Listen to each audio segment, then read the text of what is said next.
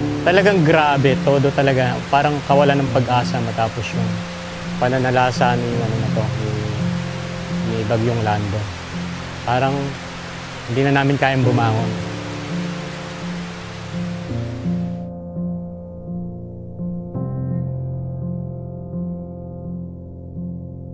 Actually, yung part na sa personal kong kalagayan, kinabukasan ay lumabas na ako eh. At sa mga nakita ko na talagang sirang-sira, natabunan. Halos puro tubig pa noon yung lugar na to. Underwater ito, mula sa kinatatayo natin hanggang doon sa dulo na yan, magkabila na yan. Talagang underwater siya, no? So, nadesperado ako. Tapos pagkayari nito, bumaba ako doon sa part ng malinaw, kaya lang hindi kami makadaan.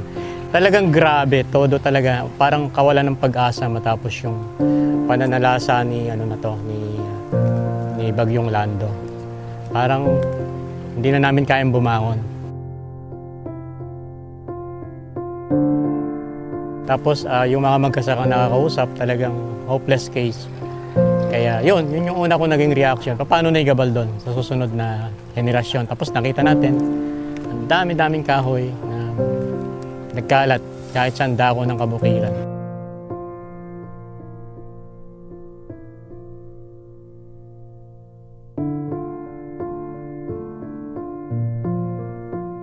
Actually, nagkaroon kami ng urgent meeting or session to talk with the issue kung paano natin tutugunan. Una ay nagkaroon naman ng kakayahan para tumawag sa iba't ibang ahensya na linisin. Kasi ang kailangang iayos nun, yung main service road para makapasok yung mga tutulong, magbibigay ng relief. Kaya nakapokus kami nun sa kalsada. At sira nga yung sa Malinaw pa lang, hindi na kami makarating dahil yung pantok natabunan. Sa Malinaw, ganun din. Nakalabas lang kami, Dupinga. Pagdating ng Dupinga, meron na namang naka-block doon. So talagang yung sa mga nakita ko na yan ay may mga document na pinicture natin para maipaabot din sa iba't ibang ahensya na ganito yung kasalukuyang kalagayan.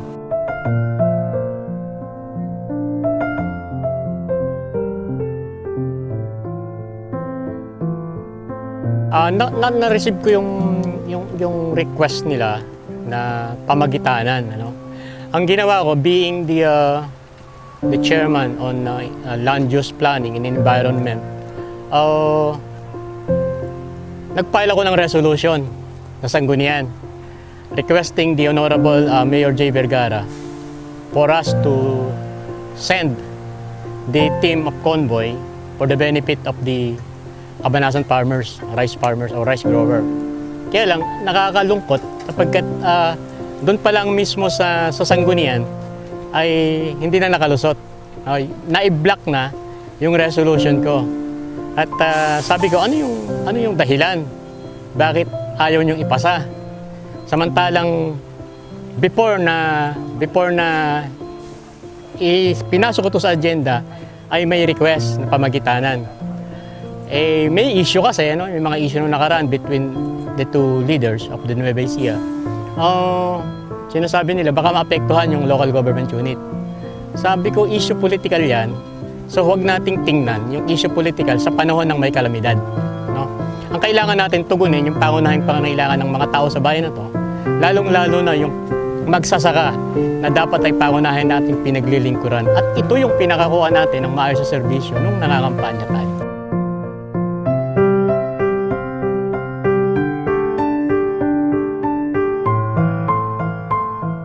Alam mo, dito sa Gabaldon ay napakaganda ng tubig namin. Ang mga tao, umaasa lang talaga sa agrikultura. At ako naman, bilang tugon sa kanilang request sa atin, personal na sulat ni Pangulong Emilio, ay doon sa nangyari nga doon, binlock nila at sinasabi ng aming presiding officer ay huwag ipasa sa kadahilan ng may conflict between the two leaders. Ang sabi niya, kung kaya mong gumawa ng sarili mong endorsement, being the chairman of the SAM committee, ikaw na lang gumawa. Dahil nag-react ako, sige, put it into record, Mr. Secretary, na ayaw ipasa ng Sanggunian yung resolution ko, nahihingi tayo ng tulong kay Mayor Jay. Sapagkat nakikita ko, hindi kaya ng provincial government eh. Even the national government, hindi kayang tugunin yung kasalukuyang kalagayan at pangangailangan ng mga magsasaka na to. Si Mayor Jay, nang minsan nagkausap kami, ay kailangan lang yung resolution. Walang problema dyan. Ano? Kaya nag-file ako. So nung hindi na nga nila pinasa, sige, pinangako ko na gagawa ako ng paraan. I-endorse ko yung kanilang kahilingan through my initiative kay Mayor Jay. Sumulat na ako, tas personal ko ring dinala, kasama ko si Pangulo. Hindi lang para malaman nung sambayanan, hindi lang yung kabanasan yung nagre-request kay Mayor Jay. Yung samahan ng mga magsasaka sa Bagting, yung samahan ng magsasaka sa Kalabasa, sa Bateria, ay bugnan, nanghihingi din sila ng tulong. At lahat na yon, ginawan ko ng endorsement. At hindi naman ako nabigo. No? Hindi ako nabigo. Inuuha ni Mayor Jay. At natutuwa naman si Pangulo, nakasama ko doon. Outright, no? In-approve niya nung nandun kami sa city government ng Cabanatuan.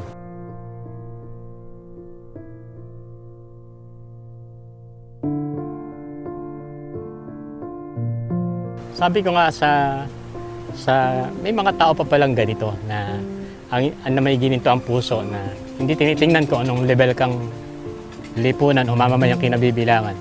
Basta kaya mong ipresenta yung problema, matutugunan ng maayos. So, dun sa panahon na nakausap namin si Mayor Jay, sige, sabi, walang problema dyan. Talaga namang si Pangulo tuntua napapang ganun no? Sabi, sarap, sabi, ang daling kausap, ang daling lapitan. Sana ganito lahat yung leader ng bayan, ng pamahalaan, na priority talaga at sinusunod yung mga commitment na being the public servant.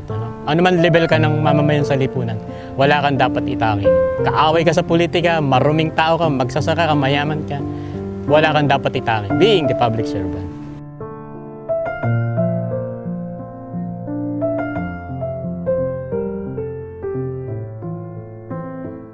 Nakita ko yung mga tao na apektado dyan. Halos nakakaiyak tingnan, nag-uuling na sila. Tapos, yung uling, yung mga kahoy na tumabon sa kanilang bukid, ito yung ginagawa nilang pamamaraan para pakinabangan. Yung iba, ginawang good lumber, gamit sa bahay nila. Pero yung mga waste na lang na nandyan, uling na lang, na 2 days, pwede nilang pakinabangan at maibenta. At napakahirap mag-uling. Minsan mababa pa yung presyo, minsan matutupok pa. Ito yung pinagkakakitaan nila ngayon. Para makakain lang yung mga pamilya nila nagugutom. Dahil sabi nga nila, minakausap akong magkasaka doon, kung hindi bumagyo kung siya 350 kaban ang aanihin ko dyan. Ngayon kahit isang butil, wala akong naiuwi.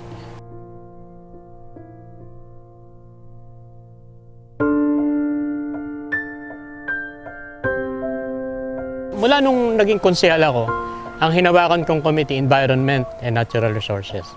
At sa pakikipaglaban sa illegal logging activities, ay maraming karanasan. Nasimbahan pa ako noon, hindi pa ako konsehal. Nilalabanan na namin ito na hindi dapat. Kasi alam naman natin, at alam ng bawat tao, kahit ang nagkakahoy, na pagka sinira mo ang likas yaman, may ganting kaakibat ito.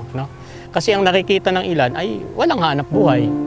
Walang hanap buhay, pero hindi dapat katwiran yun Sabi ko nga, o sige, supisyenteng buhay mo ngayon. Pagdating bukas, pagdating sa isang linggo, sa isang taon, ano na yung magiging kalagayan ng pamilya mo sa ginawa mong paninira ng likas yaman? Ito na yun. Ito na yung apekto nun Sabi ko nga, ang dami-dami ng wake-up call, ang dami-dami na rin batas. Bakit hindi natin ipatupad ng maayos? Dadating pa yung punto na sisisihin din tayo ng mga apo natin. Ano yung ginawa ng mga leader na yan ng panahon na sila nakaupo?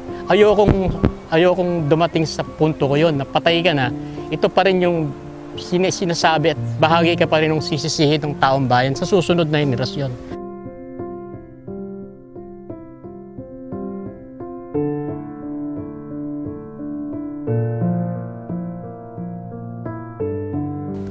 Siyempre, sabi ko nga, ano yung mali at ano yung dahilan para ito pigilin. Tinawagan ko si ABC dahil makikiran kami rito. Kausapin mo si Mayor. ayoko, sabi ko, dahil ikaw yung dadaanan ko, sa'yo ako magpapaalam. Pero, pare, ikaw na lang kumausap. Kinausap niya. Sabi, ayaw daw. Ba't ayaw? Ano yung dahilan? Sabi ko, tawagan mo, kausapin mo. Eh di, tinext ko, pare, asan ka? Pwede ba akong tumawag? Hindi nag-reply. Ikinol ko, ni-reject. Para nga pag-usapan, ano? Tapos, nasan ka ba? Sa text ko eh. Hindi rin kumabo kung nasan, para puntahan ko. Kinol ko na naman, ni-reject na naman, atay ka. Ayaw kong kausap ito. Sabi ko, kinausap ko si, may kinausap akong tao. Sabi ko kay Hepe, ayaw kong magkaroon ng komosyon. Kasi yung mga taong bayan, once na pinahinto nyo to, sabi ko, gusto nyo pa ba mag-rally sila dito at magsisigaw? Kasi ang tao ngayon, hopeless eh. No? Magkakaroon ng galit pagka pinahinto nyo yan. Kasi ang hirap-hirap ng inisyatiba. Sipin nyo, walang hinihinging counterpart. Minsan mahihiramin silang convoy, sagot nung magsasaka yung diesel, sagot nung magsasakay pagkain. Eh ito, saan ka kukuha ng diesel at pagkain? Inatabunan nga yung pagkukunan mo ng pagkain mo. So, doon ako naiinis. Sa mga ganong punto na, ba't kailangan parusahan natin taong bayan? Ayaw ba nila noon na kahit papano meron tayong nalalapitan na seryosong tutugon sa pangangailangan ng tao na to, ng mga magsasaka na to? Dapat maging malinaw yun eh. Kaya sabi ko, hindi dapat mahinto yan. Ilalaban natin na ito ay para sa kapakinabangan natin at ng mga anak nyo, ng mga nagsisipag-aral. Paano yan? Pagka hindi naayos to, sabi nga ng mga magsasaka na to kasama natin ngayon, marami ang magugutom, maraming krimen, maraming magnanakaw. Ito yung kasama na na pangyayari niyan. Pag hindi natin inayos yan, kriminalidad ang kasunod niyan. Siyempre, survival eh. No? Saan kukuha ng pagkain yan? Magkakagalit yung barangay na yan, pati mga karatig barangay. Ayaw kong dumating doon sa punto na yun na mag-rally pa yung mga tao na to. Pero gusto nila. Huwag, sabi ko, nakipag-usap pa tayo ng maayos.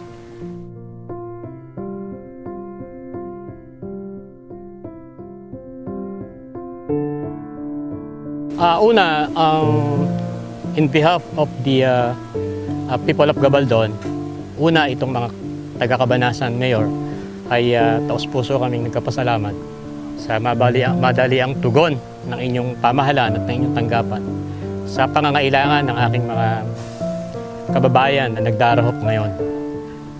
Matapos ang bagyo ay nakita ko sa kanilang muka yung kawalan ng pag-asa. Pero nung lumapit kami sa iyo, ay nagkaroon ng sigla yung kanilang pagkatao sa pamamagitan ng tulong na pinarating nyo sa amin.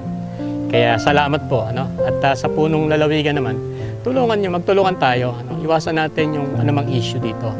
Ang kailangan natin, gampanan natin yung papel na ipinangako natin sa mamamayan na nagtitiwala sa atin.